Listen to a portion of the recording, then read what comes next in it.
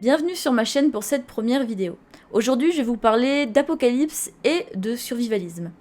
Récemment, je suis tombée sur un article du Point intitulé « Pandémie, les fans de zombies étaient mieux préparés ».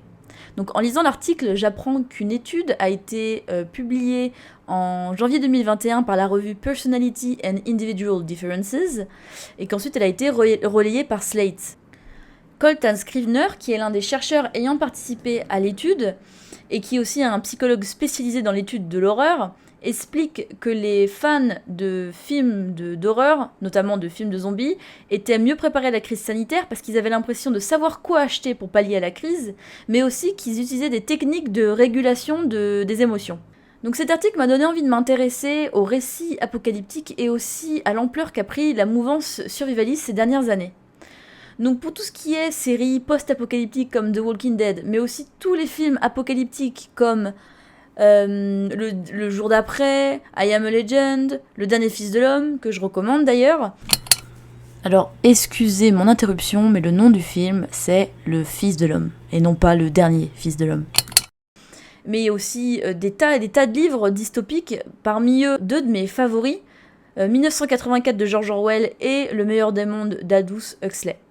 D'ailleurs, pour ce qui est de I Am a Legend, il faut savoir que le film est mentionné à de nombreuses reprises dans les débats sur l'utilité du vaccin aux États-Unis. Donc en effet, pour ceux qui ne connaissent pas le film, c'est l'histoire de Robert Neville qui est l'un des derniers survivants sur la Terre.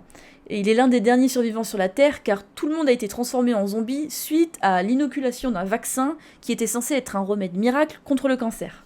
Donc toutes ces histoires ont en commun l'effondrement des institutions qui assurent nos besoins basiques et notre sécurité. Il y a une véritable montée de l'angoisse générale due à la multiplication des crises qu'on a connues ces dernières années, entre les attentats, les catastrophes naturelles, le réchauffement climatique et maintenant la pandémie. D'ailleurs, 2 Français sur 3 se disent d'accord avec l'idée que la société va s'effondrer dans un avenir proche. Alors, l'Apocalypse, la première fois que ça a été mentionné, c'est dans l'Apocalypse de Jean, donc dans la Bible. Donc l'Apocalypse de Jean, c'est un récit qui a été écrit par un prophète chrétien et qui annonçait la fin du monde par l'arrivée des 4 cavaliers qui amenaient avec eux la famine, la guerre, la maladie, etc. Le Seigneur finit par revenir et la lumière règne à nouveau sur la terre.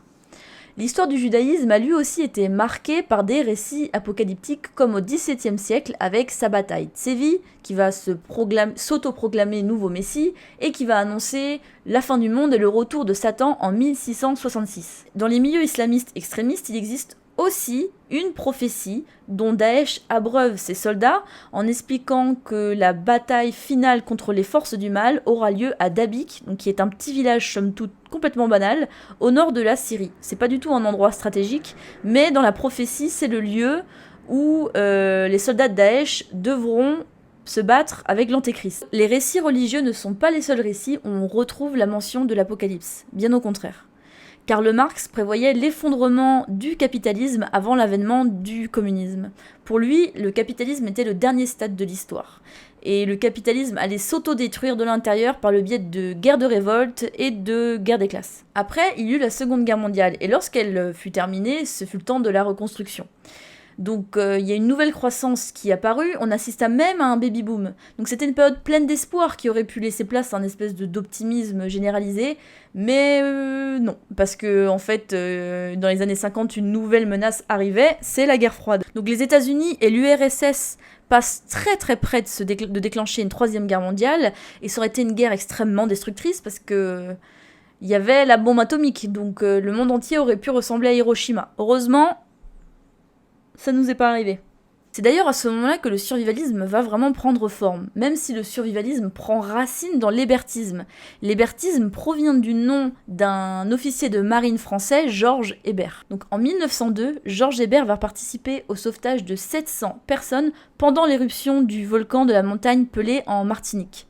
Donc ce volcan va se mettre en éruption et détruire la ville, ainsi que tuer 30 000 habitants. Georges Hébert aura tout juste le temps de mettre 700 personnes dans des bateaux et de les sauver.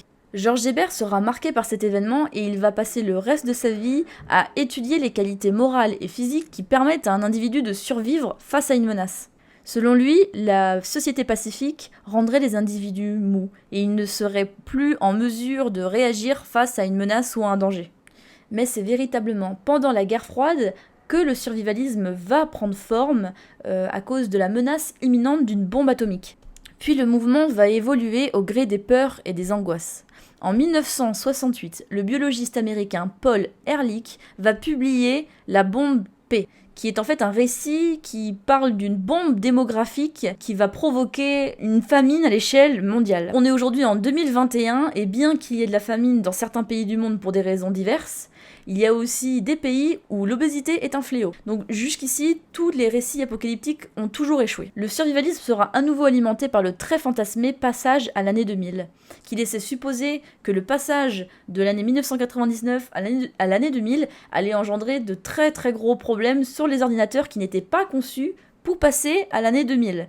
Enfin, pour passer au second millénaire. Le problème a été réglé en remplaçant les systèmes d'information par le biais de pro-logiciels, et cela a coûté plusieurs centaines de milliards de dollars, mais ça a engendré aucune réelle conséquence grave. Le 11 septembre et les différentes catastrophes ne font qu'alimenter le mouvement survivaliste, au point que le marketing de l'apocalypse s'est incroyablement développé ces dernières années. À l'image du salon du survivalisme qui a lieu à Paris, il n'y a qu'à se balader sur le site web du salon pour découvrir l'étendue de ce marché florissant.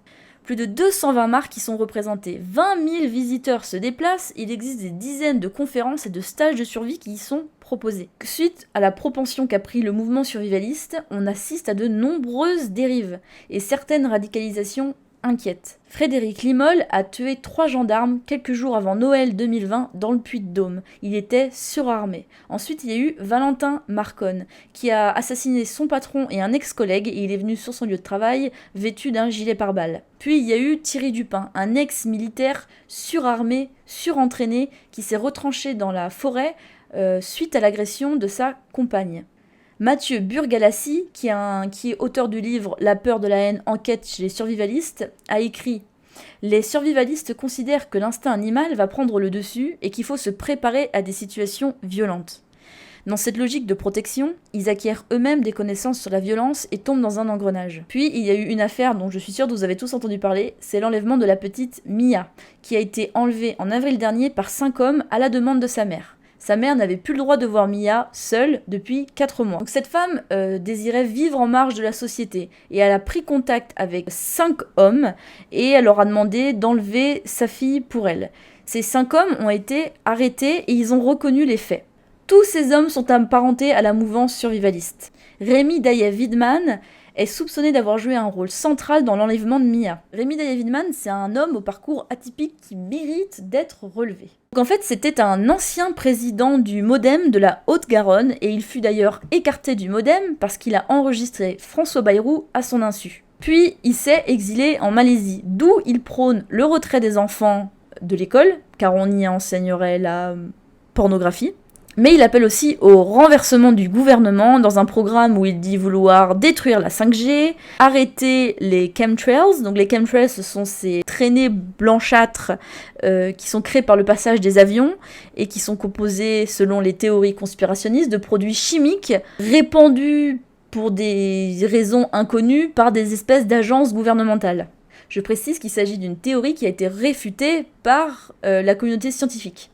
Ce qui est aussi intéressant dans le cas de Rémi Daillet-Widmann, c'est de s'intéresser à ses liens familiaux, car son père, c'est Jean-Marie Daillet, qui est un député de l'Assemblée nationale, qui s'est illustré lors du débat pour l'IVG en 1974. Il répondra notamment à Simone Veil qu'elle accepte qu'on jette des embryons de fœtus humains dans des fours crématoires. Rémi Daillet-Widmann a depuis été arrêté suite à son rapatriement en France. Il a été rapatrié pour complicité dans l'enlèvement d'un mineur de moins de 15 ans. Donc là, vous reconnaîtrez sûrement que parmi tous ces récits conspirationnistes, il y en a certains qui sont très proches de la mouvance QAnon. Donc la théorie de QAnon serait celle d'une élite mondiale qui serait impliquée dans un gigantesque trafic sexuel d'enfants. On sait que les ravisseurs de Mia étaient proches de la mouvance survivaliste et que ces mouvances sont en interaction avec les mouvances type QAnon. Après, on peut pas établir de lien direct. Et il faut bien sûr mentionner le fait que tous les survivalistes ne sont pas des fous dangereux, surarmés, complètement paranoïaques. D'ailleurs, je pense qu'il pourrait bien se passer de ce genre de publicité. Il y a aussi une majorité de personnes qui certes se préparent à un effondrement partiel, mais ce sont des personnes qui cherchent à accroître leurs connaissances et à augmenter leur autonomie et leur capacité à s'autosuffire dans la nature. Une autre illustration des dérives du survivalisme, c'est celle de la négligence. Comme la tragique histoire de Ulysse. Ulysse, il avait 26 ans et il s'entraînait pour devenir maître chien dans l'armée.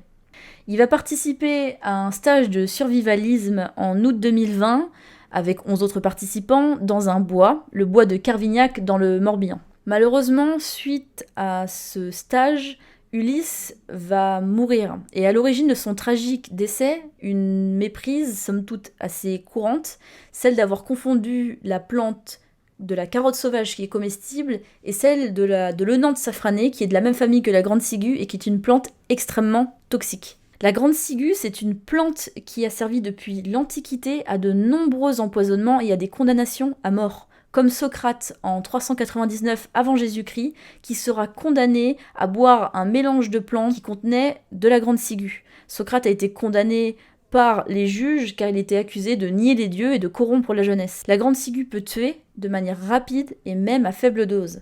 Concernant la mort accidentelle d'Ulysse, les témoignages divergent quant à la responsabilité de l'instructeur.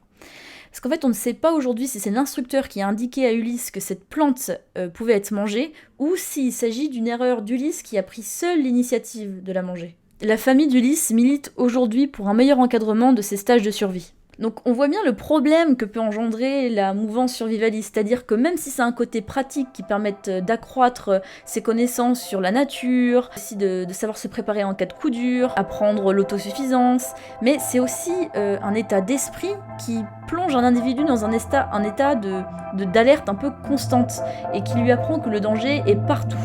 Voilà, c'en est tout pour cette première vidéo, j'espère qu'elle vous a plu et à la prochaine.